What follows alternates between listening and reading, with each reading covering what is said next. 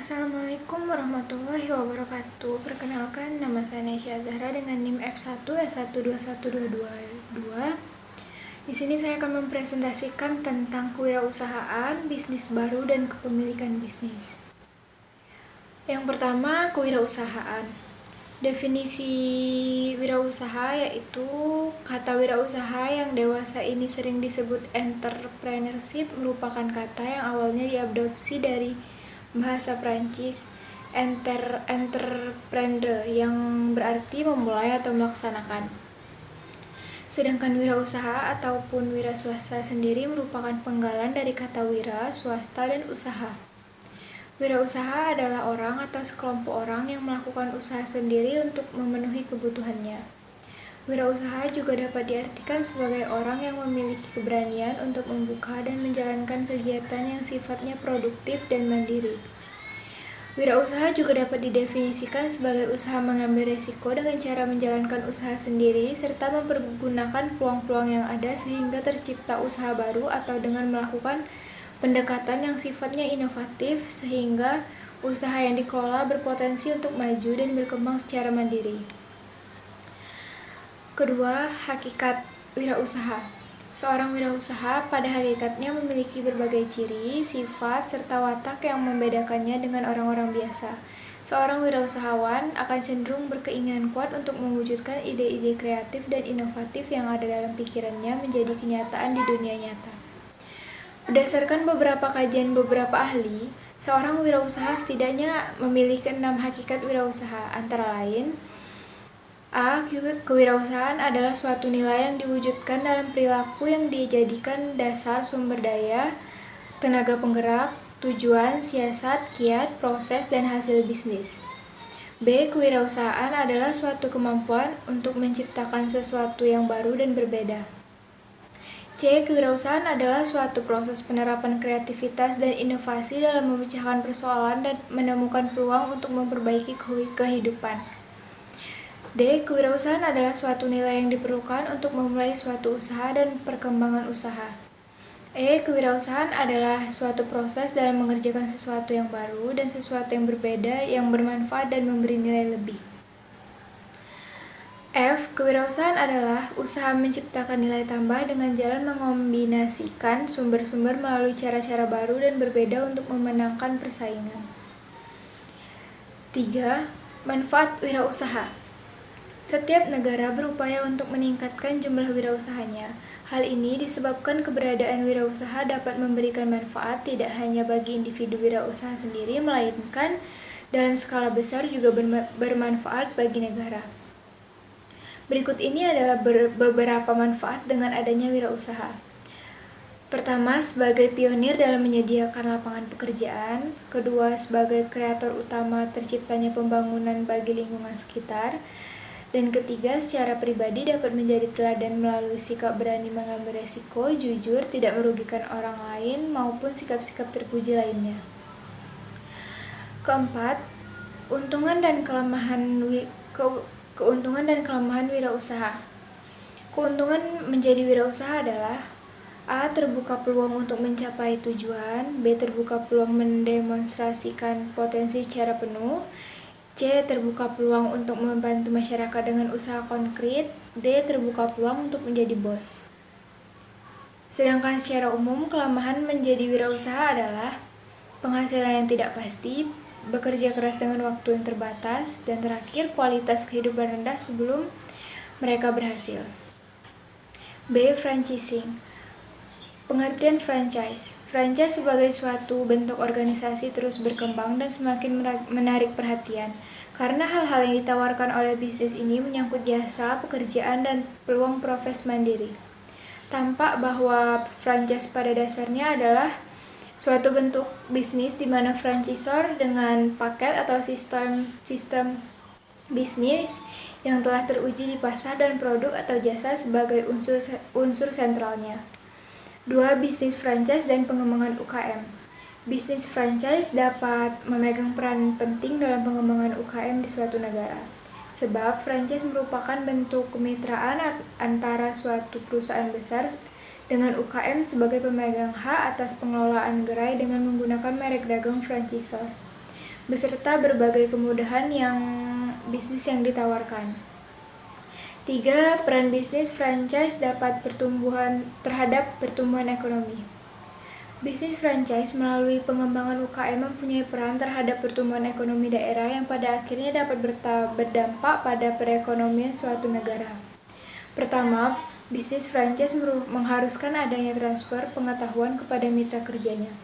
Kedua, bisnis franchise umumnya menerapkan standaran kualitas tertentu terhadap produk yang dihasilkan, dan kedua hal tersebut tergantung pada masukan dalam proses produksi.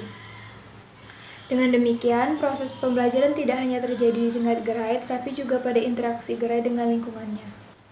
C. Perusahaan kecil. Peran penting usaha kecil telah disadari di seluruh dunia, tidak saja di negara-negara berkembang, tetapi juga di negara maju. Perhatian pemerintah terhadap perusahaan kecil sangat besar, baik di negara maju maupun negara berkembang. Kedudukan usaha kecil di tengah-tengah kehidupan iklim usaha telah mendapat tempat yang bagus. Selain menyerap banyak tenaga kerja dan ikut melancarkan peredaran perekonomian negara, usaha kecil mampu hidup berdampingan dengan perusahaan besar. Usaha kecil memegang peranan penting dan menopang usaha besar, seperti menyediakan bahan mentah, suku cadang, pembungkus, dan bahan pembantu. Berikut keunggulan bisnis kecil. Perusahaan kecil bukanlah versi yang lebih kecil dari perusahaan besar. Perusahaan kecil sangat berbeda dalam hal bentuk, organisasi, posisi pasar, kapabilitas, staf, gaya manajerial, struktur organisasi, dan sumber daya keuangan. Akan tetapi, perbedaan-perbedaan ini lebih berfungsi sebagai kekuatan bagi para pemilik bisnis kecil yang menemukan banyak keunggulan dalam mengoperasikan perusahaan kecil dibandingkan dengan bekerja di perusahaan multinasional yang besar dan berkuasa. Berikut beberapa keunggulannya, antara lain: 1. Inovasi, 2. Layanan pelanggan yang superior, 3. Biaya yang rendah, 4. Mengisi ceruk pasar yang terisolasi. Kelemahan manajemen yaitu: pertama, manajemen yang tidak memadai, dan kedua, kurangnya pendanaan. D. Bentuk-bentuk badan usaha. Jenis badan hukum usaha yang ada di Indonesia bermacam-macam, mulai dari perusahaan perseorangan, firma, sampai bentuk koperasi. Pertama, perseorangan. Perusahaan perseorangan merupakan perusahaan yang dimiliki oleh perseorangan. Untuk mendirikan perusahaan perseorangan sangatlah sederhana dan tidak memerlukan persyaratan khusus sebagaimana bentuk dan badan hukum lainnya. 2. Firma. Firma adalah perusahaan yang didirikan oleh 2 orang atau lebih yang kemudian menjalankan perusahaan atas nama perusahaan. Tujuan firma adalah untuk mencari keuntungan. Perolehan dana dari pihak luar cukup memungkinkan dan relatif lebih mudah dibandingkan perusahaan perseorangan. 3. Perseorangan komanditer atau komanditer vennootschap. Perseroan komanditer atau sering disingkat dengan CV merupakan persekutuan yang didirikan atas dasar kepercayaan. Dalam perseroan komanditer terdapat beberapa sekutu yang secara penuh bertanggung jawab atas sekutu lainnya. Tujuan pendirian CV adalah untuk mendirikan peluang bagi perseorangan untuk ikut menanamkan modal dengan tanggung jawab terbatas. 4. Perseroan terbatas atau PT. Perseroan terbatas atau PT adalah badan hukum perusahaan yang paling banyak digunakan dan diminati oleh para pengusaha. Penyebabnya adalah karena badan hukum jenis ini memiliki banyak kelebihan dibandingkan dengan badan hukum lainnya. 5. Perusahaan negara atau PN. Perusahaan negara adalah perusahaan yang didirikan berdasarkan undang-undang. Modal untuk mendirikan PN adalah kekayaan negara yang dipisahkan dan tidak dipisahkan atas saham. Perusahaan negara dipimpin oleh seorang kepala atau direksi yang diangkat oleh pemerintah. 6. Perusahaan daerah. Perusahaan daerah merupakan perusahaan yang didirikan dengan suatu peraturan daerah. Modal seluruhnya atau sebagian besar milik pemerintah daerah yang dipisahkan kecuali dengan ketentuan lain atau berdasarkan undang-undang. Tujuan pendirian perusahaan daerah adalah untuk turut serta melakukan pembangunan daerah khususnya dan pembangunan ekonomi nasional umumnya. Pimpinan perusahaan daerah diangkat oleh kepala daerah. Ketujuh, yayasan. Yayasan merupakan badan usaha yang tidak bertujuan untuk mencari keuntungan dan lebih menekankan usahanya pada tujuan sosial. Modalnya berasal dari sumbangan, wakaf, hibah, atau sumber lain. Yayasan memiliki pengurus dan harta pengurus dipisahkan dari harta yayasan. Terakhir, koperasi.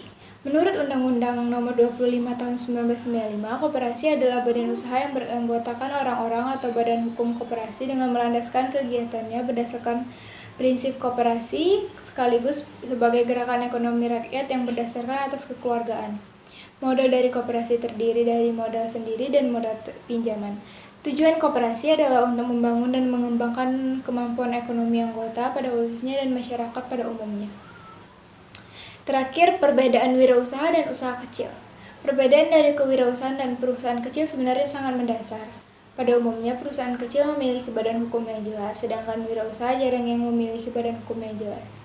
Berikut berapa penting dalam perbedaan wirausaha dan perusahaan kecil. Di antaranya, pertama, perusahaan kecil memiliki badan hukum yang jelas, sedangkan wirausaha jarang yang memiliki badan hukum yang jelas. Kedua, bisnis kecil sangat bergantung pada lingkungan pasar. Dari sistem manajerialnya pun berbeda. Sistem manajerial kewirausahaan lebih baik dibandingkan sistem bisnis kecil. Ketiga, kewirausahaan lebih meningkatkan hasil dari suatu produknya, sedangkan perusahaan kecil lebih meningkatkan pada laba yang akan didapatkan. Sekian presentasi dari saya, terima kasih.